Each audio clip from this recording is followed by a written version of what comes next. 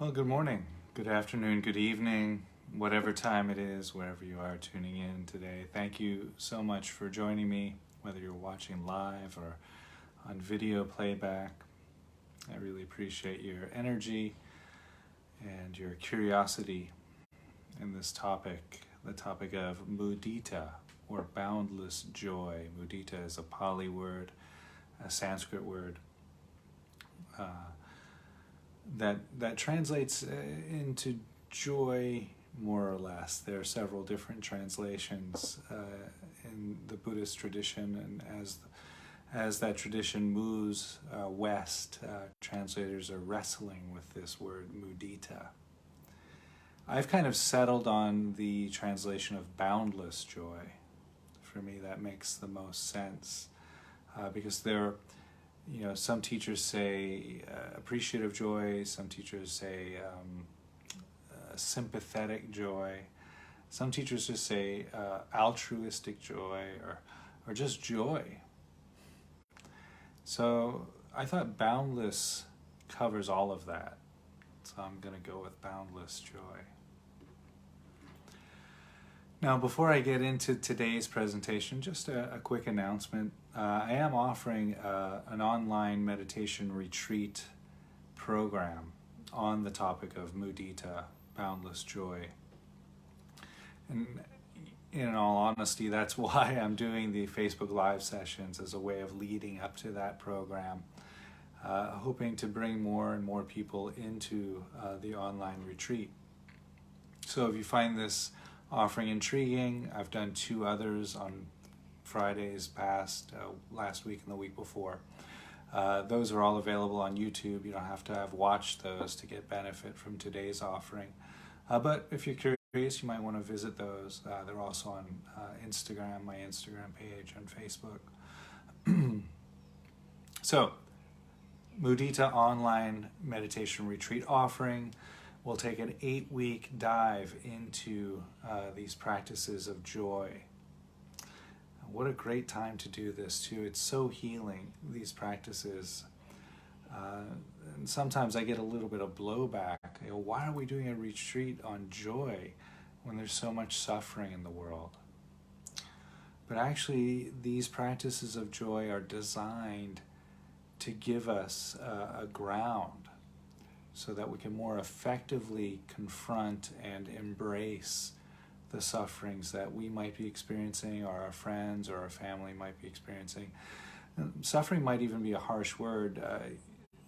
There could just be a sense of uncertainty. There's so much uncertainty in the world right now. How can we practice joy? But I would argue that it is the practice of joy that allows us to move more effectively into that uncertainty.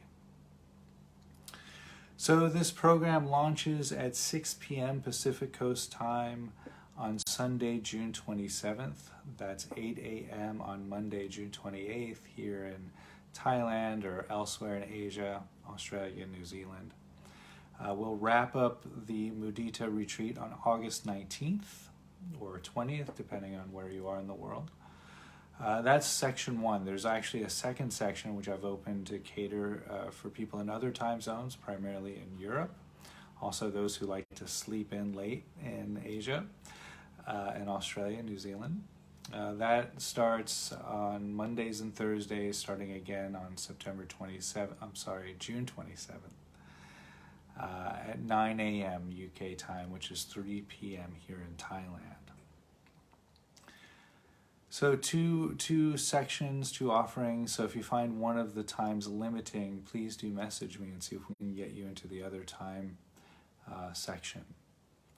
Now you can do the retreat at your own pace. So if you just want to sign up for the retreat and take advantage of it at whenever you're ready to, these sessions are going to be videoed, recorded on Zoom. And they're only made available for the participants, whether it's live or on video only. You'll have the videos for a lifetime. It's lifetime access to these videos. Again, I want to reiterate that the videos are for the participants only to maintain that container so that people feel like they can share on the video openly and freely. Also, if you're signing up for the retreat, whether you're doing it all on video or some on video or all live, part of the retreat package is you get a one-to-one session, optional of course, with me, so that we can meet one-on-one and I can check in with your practice, how everything's unfolding, and try to custom the course to your needs. So please do sign up. You can message me through my website, www.suchsweetthunder.org, and go to the Retreats and Programs page. There'll be the entire outline of the retreat program there and all the information you need to get registered. Or if you wish, just message me. I'm happy to get those messages and we'll get you registered right away. Okay, so that's all the announcements I think today. Sorry that was a bit long-winded. But let's get into this talk on mudita. So by doing that, as a way of doing that, I'd like to offer just a little bit of a guided meditation here. And this meditation will be a meditation on gratitude. Gratitude is a pillar of the practices of joy. And so this plays right into the talk. Now, of course, this practice is optional. If you wish to get up, stretch, go get a glass of water, do whatever best supports you in this moment. And then, if you wish, you can come back later to the video and explore this brief guided meditation. So come back when you're ready. I'll be here guiding. If you are going to do this meditation with me, thank you, and I hope you enjoy.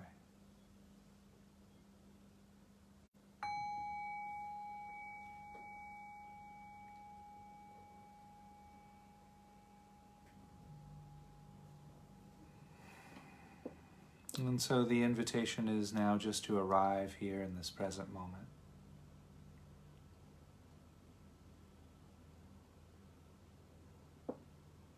And you might arrive by just feeling how your body feels right now. Just noticing what's there in the body. One really great way to do that is noticing the contact points. The body against the chair or the cushion, the mat or the floor. Or you might wish to pay attention to the feet against the carpet or mat or floor.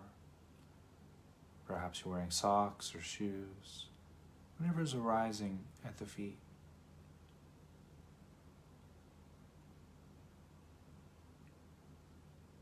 Noticing how the body feels right now in this seated posture.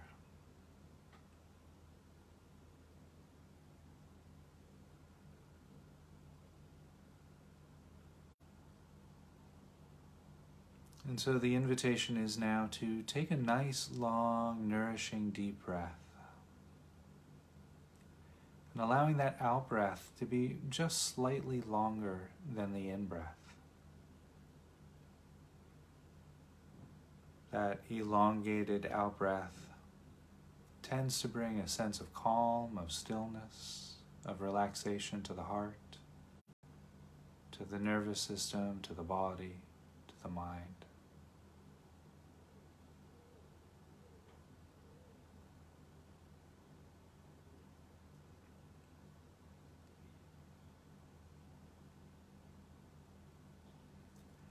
And then just inviting the breath to return to its relaxed breathing pattern, uncontrolled.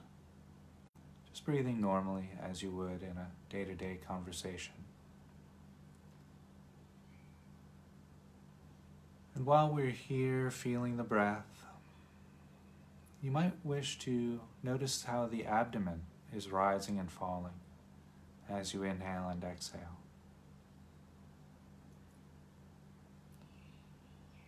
There might be clothing moving across the abdomen to adjust with the breathing process. Just noticing that. Inviting the muscles around the abdomen to grow soft, relax. It's quite common for the human body to contain tension or stress around the abdomen. And so we can let that go now and just rest.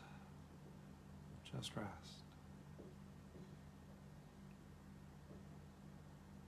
You might also notice the rib cage expanding and contracting with each breath.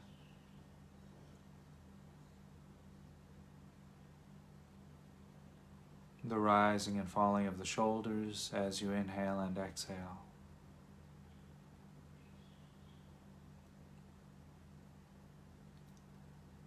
And you might also notice the back moving out as you breathe in as you breathe out.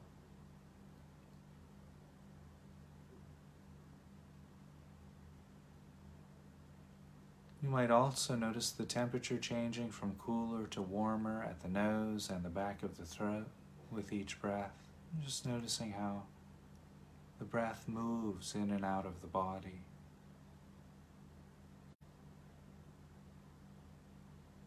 And perhaps also noticing how the body straightens up slightly on the in-breath and leans forward slightly on the out-breath.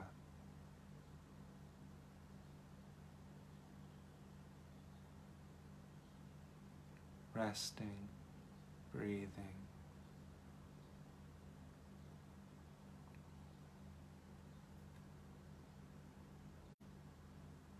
And while resting here with the breath, the invitation is now to notice again the sensations arising from the feet. And so here, just inviting the muscles in the feet to relax, rest, and grow soft.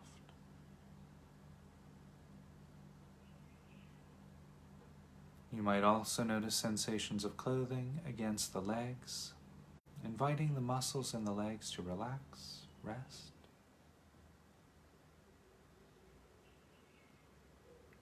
You might also notice the weight of the body against the cushion or chair, mat or floor. Inviting the muscles underneath those sensations to grow soft and relax.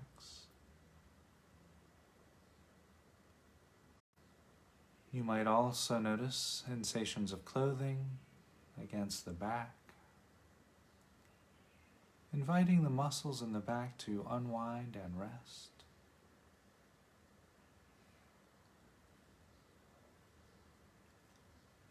Perhaps noticing the hands resting against the body or touching each other, the arms resting against the body. Inviting the hands and arms to unwind and grow soft.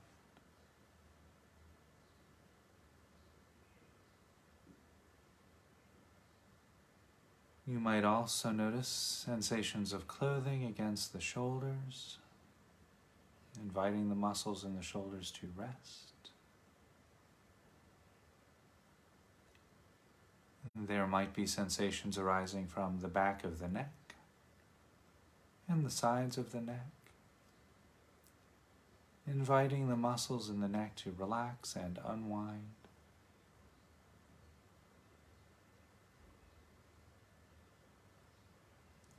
You might also notice sensations arising throughout the cheeks of the face.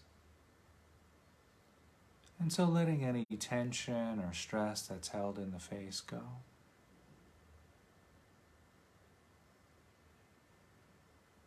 And you might also notice sensations arising from the top of the head, the very crown of the head.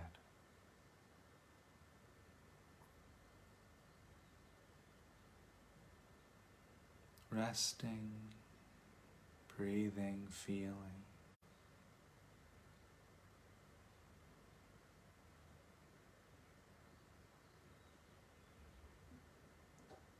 And while resting here in this present moment experience of breath and body, the invitation is now to notice any sounds which might be available.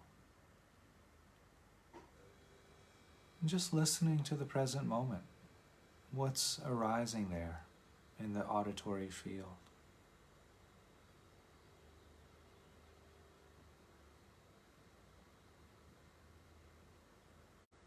Often in meditation, we can find ourselves wrestling with the sound. So here the invitation is to turn and welcome any sounds.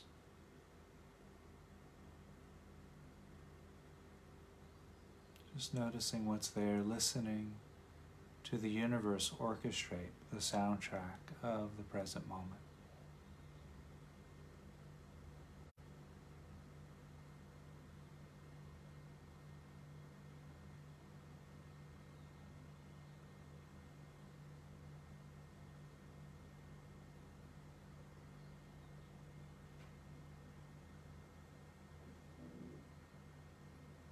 Resting, breathing, feeling, listening.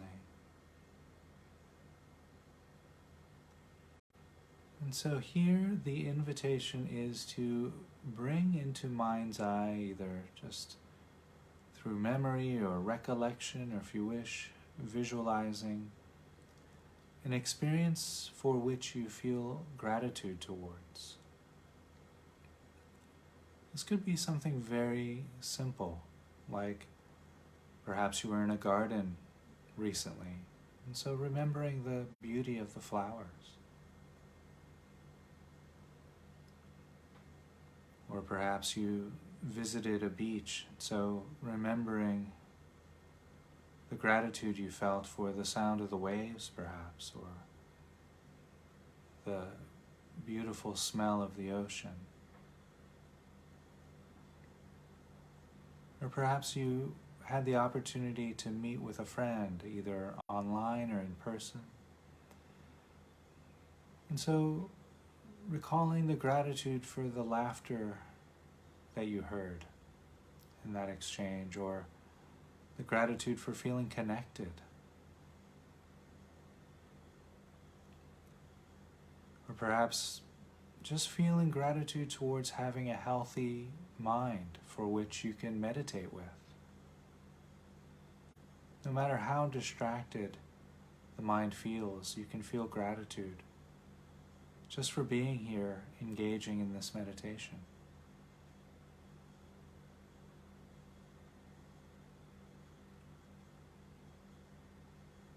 Whatever it is for you. Breakfast, a morning cup of coffee, the purring of a kitten, the sound of rain, the bird song.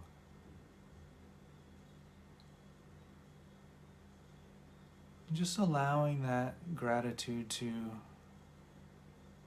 be present, feeling into that experience.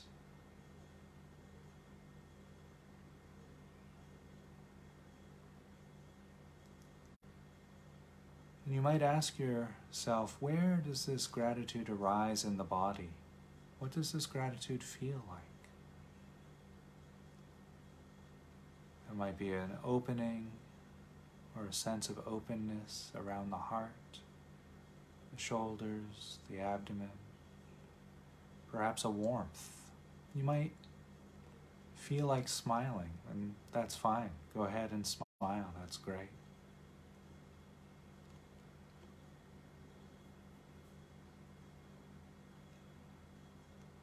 And so once you've located the experience of gratitude in the body, it might feel very faint, very mild, or it could be quite strong. The intensity is irrelevant.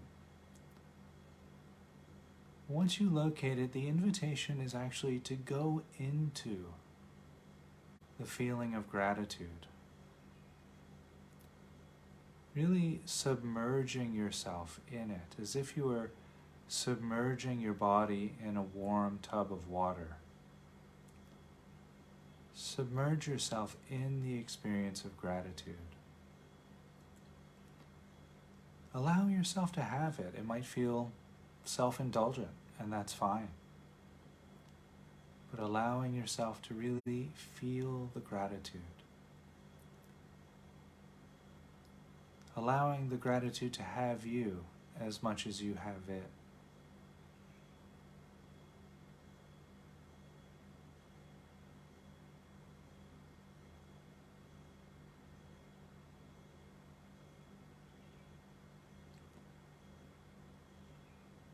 And if it feels possible, turning up the volume on the experience of gratitude, as if you were turning up the volume on your favorite song on the radio. So just allowing that gratitude to get just a little more vivid, a little brighter, louder, more intense.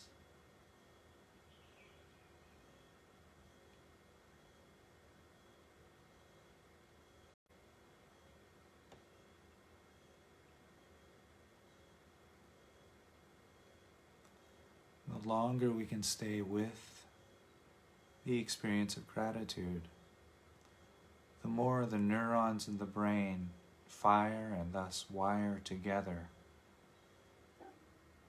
leaning us towards more positive experiences, more gratitude in our life. So just stay with that for another breath or two. I'll be quiet here.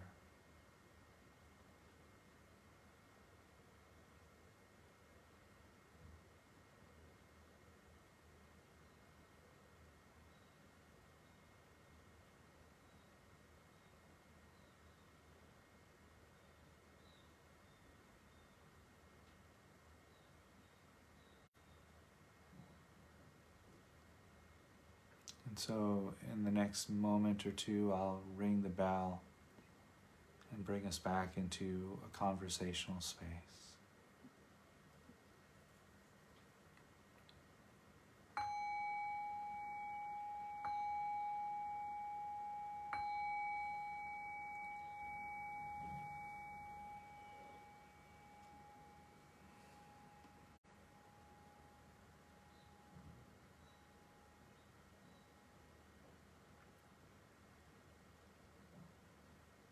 So thank you so much for joining me in that guided meditation into gratitude.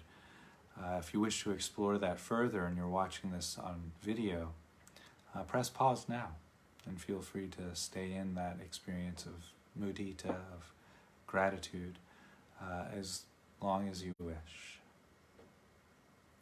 And so now I'm going to launch into today's offering, today's talk on boundless joy, mudita. And the title of the talk is Life as Play.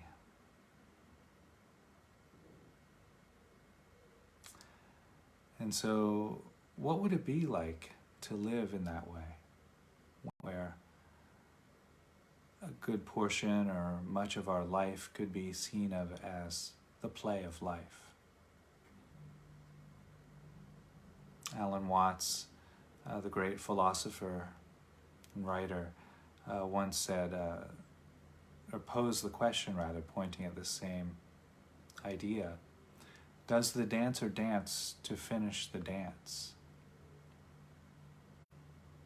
Does the musician play the song to finish the song? Or does the listener listen to the song to get to the next song? And how much of our life do we spend getting to the next thing, right? As if the next moment will be better than this one somehow.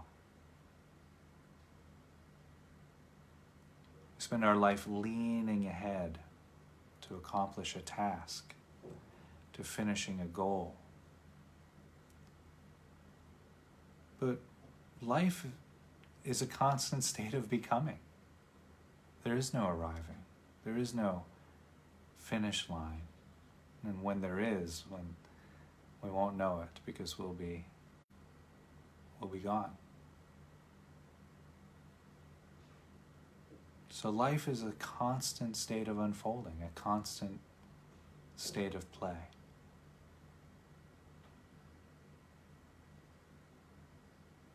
And just like the traditional iconography of drama, right? You have the really happy face and the really sad face next to each other, the masks, right? That's life as play, right? It is a playful life that we live, a joyful life. a recreational life. Recreation comes from the word recreate, right? So we live in this life that is this constant unfolding. There's nothing static, nothing permanent, nothing fixed in this life. So what would it be like if we could live life as if we were listening to a symphony all the time? If our life was the symphony?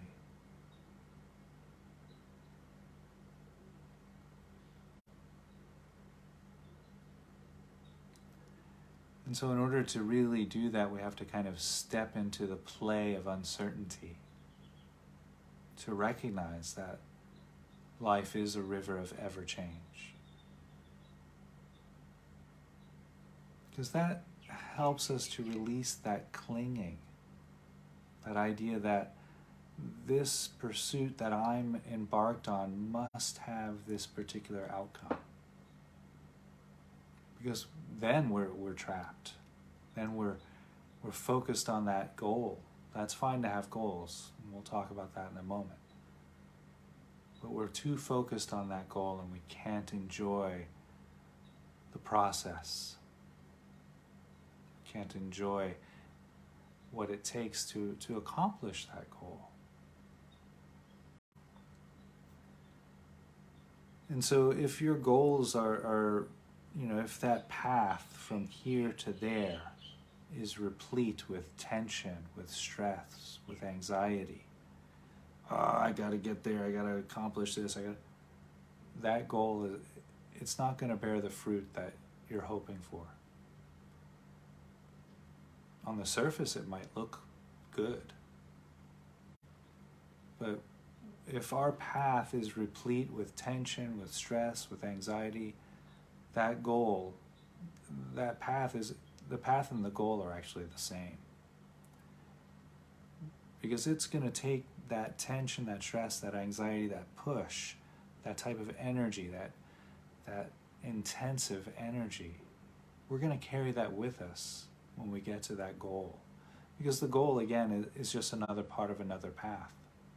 And we just keep moving. Anxiety, stress, tension, they're all habitual.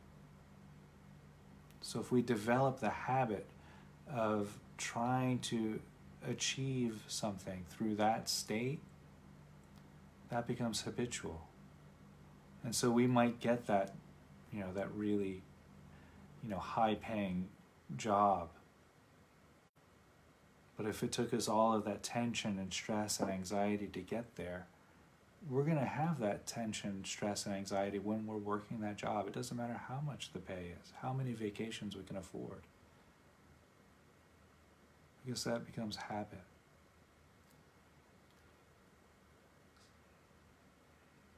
Life is play. So can we really, drop into that?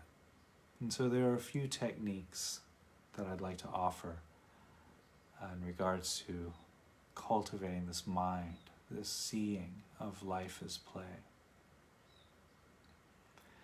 And one of the techniques is similar to the meditation that I started today's offering with, this offering into gratitude. Gratitude, as I mentioned at the beginning, is one of the pillars of joy, of boundless joy. And so I recommend to all of the people who come on my joy retreat and all of the retreats that I offer, actually, I always recommend keeping a gratitude list. It's so important. It's just so easy to do. It's one of those things that it's quite easy to do, so often it's overlooked.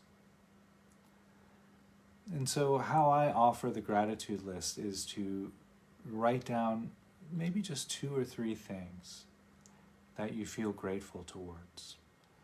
But then you don't just write them down and then go get your coffee and move about your day. There's an actual practice to it. And so one writes, let's say, I saw a beautiful sunset yesterday. Grateful for the sunset. And then closing the notebook and feeling, like we did in the meditation, in this opening meditation, feeling that gratitude. What does it feel like to be grateful for something in the body, somatically, the physical experience of gratitude? And so as we do that, and as we can stay with that, as I mentioned in the meditation, the neurons start to fire and wire together, leaning us into more and more future experiences of gratitude. So this gratitude, this appreciation for life becomes more and more available. Now, coming back to the gratitude list, you can write down 2 or 3, it could be the same things. It doesn't matter. What matters is feeling into the experience of gratitude and staying with that feeling for at least 6 breaths. And if you do that every morning, or maybe you miss a morning here and there, that's fine, but make it a practice. And eventually you start to go through your life and you start to look for things to put on the gratitude list. That's when we know that our nervous system, or it's one of the signs anyway, that our nervous system is starting to incline towards this experience of appreciation for whatever's happening in our life. You start to look around. Oh, right, I can have gratitude for my cat who's so pretty, purring. Or I can have gratitude for the feeling of the body. Just having a human body is something to be gratitude for, to be grateful for, to have appreciation for. And so if you're listening to this talk, you probably have a human body. And so there, regardless of the condition it's in, regardless of what's there, just having that appreciation for this life. That's life as play.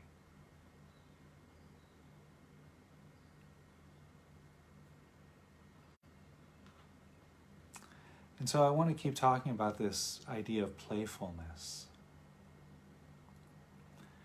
Because actually, now we know through modern science that this play that children do in the playground or when they're playing games with each other, it's an adaptive strategy. It helps the brain, and in particular the neurons in the brain, grow and adapt. And in fact, animals do this too. That they've done studies on cats and kittens. You know, when they rough and tumble play, they're actually doing that. But they're not fighting. It often looks like they're fighting. But these scientists saw that they're actually continually making eye contact with each other, making sure that their claws aren't, out, protracted, so to cause harm to the other. And so they're safe in their play. And so this is actually another way that animals co-adapt to their environment, by playing with if it's a pet, by playing with their human counterpart, or by playing with another kitten or cat, or dogs, puppies. And so I bring this up because, as I mentioned in the last session, I get a little blowback by teaching joy or offering this retreat on joy in such turbulent times in the world. But joy, and in particular playfulness, is a co-adaptive strategy. This is why I mentioned that the practices of joy, of mudita, can help us recalibrate our nervous system, help us find that homeostasis where we feel safe in an otherwise rather threatening time in the world. So not only are these practices really easy to enjoy, but they're also very healthy for us and very, very beneficial for our hearts, for our bodies, for our mind, for the nervous system. So, can we live in this way? That's the real question, right? Can we live with this type of lightness, recognizing that we live in a recreational universe? Again, the word recreational comes from the word recreate, where there's never an end goal, that the universe is in a constant state of unfolding all of the time. Constant state of impermanence, constant state of change. Can we live in that and really recognize that? And so I mentioned before this idea of, when we have a fixed goal, we kind of lock it into place and we become trapped into that. I have to have this, I can't have that. I have to have this, I can't have that. That gives our ego something to wrestle with and struggle with. It makes the goal a very permanent, fixed entity. And in response to that, we become a very fixed entity clinging to that. There's no joy in that. There's no recreation in that. And so the idea is to let that go. We can still have that goal, but the idea is to be in the present moment experience with that accomplishing of that goal. So there's quite a famous story in the great book, Zen and the Art of Archery. And so the story is that there's this Zen master who's also an archery master and teacher. There's probably a name for that I don't know. And I think this takes place around the 18th or 19th century, maybe the early 20th century.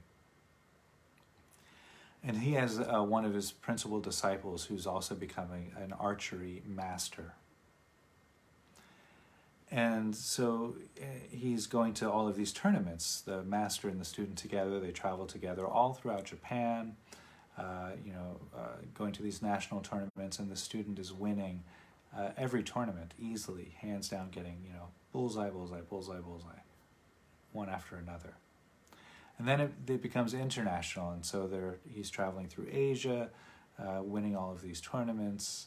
And of course, they're meditating together while they're traveling, and when they're not on the archery field and things like that, they're still practicing the Zen meditation practice. And so finally, now it's the world tournament. And they're there, and lots of competitors from all over the world are competing. And now the Zen student can't hit the bullseye. He can't hit the target. He's missing target after target after target, round after round. He's quickly, losing his footing in the tournaments and about to be, taken out of the tournament as the loser. And so another Zen master happens to be there, and he recognizes the teacher of the student. And he goes over to him and he says, what's wrong with your champion here? He's supposed to be this world champion archer, and he can't hit the bullseye. And the Zen master says, his need to hit the target is greater than his present moment awareness. His need to hit the target is greater than his present moment awareness. His game became work. His goal became fixed. And he could no longer, because now then he became a fixed entity, an ego, that needed to hit that target. So now there's no play. It's all work. And so, can we get back to that? And so oftentimes when I give teachings on this, well, how do I have a goal then? Right? How do I achieve anything? That's a very fair question. I understand that. And again, it's great to have goals. It's a part of the human experience to have goals. I have goals too. I like to do writing and teaching, and I have all these goals about getting my programs online in video format, and I have goals of teaching to a wider audience. Great to have goals. Part of the human experience is to have goals. So set the goal. And then, you might want to write it down on a piece of paper, maybe on the opposite side of the gratitude list, if you wish. And then put it aside. You know it's there. You don't have to keep checking on it. And so if a part of that goal is, opening up the computer and, let's say, creating a website for yourself, maybe that would help to bring that goal into fruition, then make that into a present moment awareness practice. You open the computer, you feel the computer under your fingers, you start typing, you feel the keys, you hear the keys. Maybe the refrigerator's humming in the background or the air conditioning. You're very in the present moment, hearing the sounds. Feeling your body against the chair, feeling your clothing against your body, feeling your breath. And then you're in. And each time, and the mind will go. The mind will say, oh, but yeah, this will be great when I can get this website up and running, and then I'll get lots of clients and students, and people will buy my books. And that's just thinking. That's just the story. So we let that go. Let the story go. Come back, feel the body in the chair, clothing on the body, typing the keys. You're back in the play. And you'll notice that if you can do this as an experiment. See what happens. Each time your mind goes off into that goal, you're at work. Each time you're in the present moment, you're at play. And you'll notice there's a qualitative difference in your experience of that. Generally, when I'm doing that kind of practice, what I've noticed is when I'm in the goal, my mind is very closed, very hard, very contracted. And when I'm in the present moment, just working, I'm very fluid, very relaxed, I'm enjoying. So we come back to that boundless joy, the mudita, the joy of the present moment experience. So joy as play, play as joy. And so I was kind of, when I came up with the title of this talk, I was kind of playing with that. No pun intended. Joy of play, the play of joy. Because joy hides from us, right? Like hide and seek. There's actually joy available for most people all of the time. But it's so there that we miss it. Right? As I was pointing to the joy of the human body. So joy is actually playing hide and seek, like peekaboo, with us, like a little child. And so you might, when you find that joy in your body, or when you go to your favorite cup of coffee and you take a moment just to appreciate the smell of that coffee, or when you pick up your cat and you don't just pick her up to move her, but you actually hear her purr and feel the connectedness. When you meet your friend and you feel what it feels like to be in company with another. These are all moments that we can relish, that we can fall into that boundless joy with. And so it really just takes that pause. I see you, joy. You're there. What does that feel like?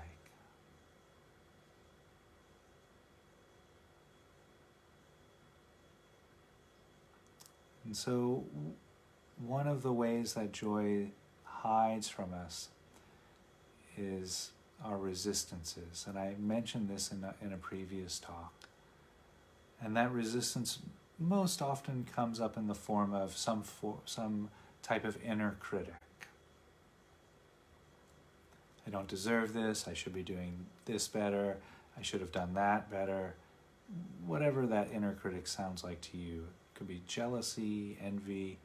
You could be very harsh towards others, but that's really because you'd like to be harsh towards yourself, but that's too painful. So you project it out on someone else. The judging mind, the comparing mind. These are all ways that joy hides. It hides, it plays peekaboo with us behind our reactive patterns. And so if you join me on this retreat into mudita, this retreat into joy, that's the task of that 8-week program, is to find our inner critic and take it apart so that joy can't hide in there any longer. And so I'm coming to the end of the talk today. So I wanted to thank you all for joining me. I enjoy these talks so much. Maybe you've noticed. It's really fun for me. So I have one more. Speaking of that, it'll be a week from today at this time, wherever you are joining me. It'll be exactly the same time. I finally managed to get Instagram working, so if you're tuning in on Instagram, hi, and thank you for joining me there. I'll be back there as well next week. And all of these are recorded as well, so if you wish to play it back, you can find it on YouTube or here on Instagram, on Facebook. I hope you'll join me for the retreat. If you have any questions about that, please feel free to message me. Again, that kicks off on June 27th or 28th, depending on where you are in the world. So I hope you enjoyed this. And if you did, feel into that. Feel into that moment of joy. What does that feel like? Allow that to become sort of a practice for you. Anytime you feel joy, stop, pause, take a breath, take 2 breaths, even better. 3 breaths, that's the best. At least 3 breaths or more, and the neurons start to fire and wire together, inclining us towards enjoyment. What could be better? Don't we? Isn't that really what we're looking for? What, joy. And so here is a very simple, practical approach that we can start inclining our nervous system, inclining our mind towards the experience of boundless joy. And once we cultivate that for ourselves, it becomes much, much easier to extend that to others. We start to radiate it out to the world. People want to be around somebody who's joyful. It's contagious. And so we cultivate it for ourselves and our heart and our nervous system, and then we know how good it feels, so then it's easy to give somebody a compliment or to offer someone a moment or two of our time, of our support, or a laugh, so that others can experience that boundless joy as well. So I think that's all I want to say. Thank you so much for joining me, and I'll see you in a week. I'll ring the bell to close out the session.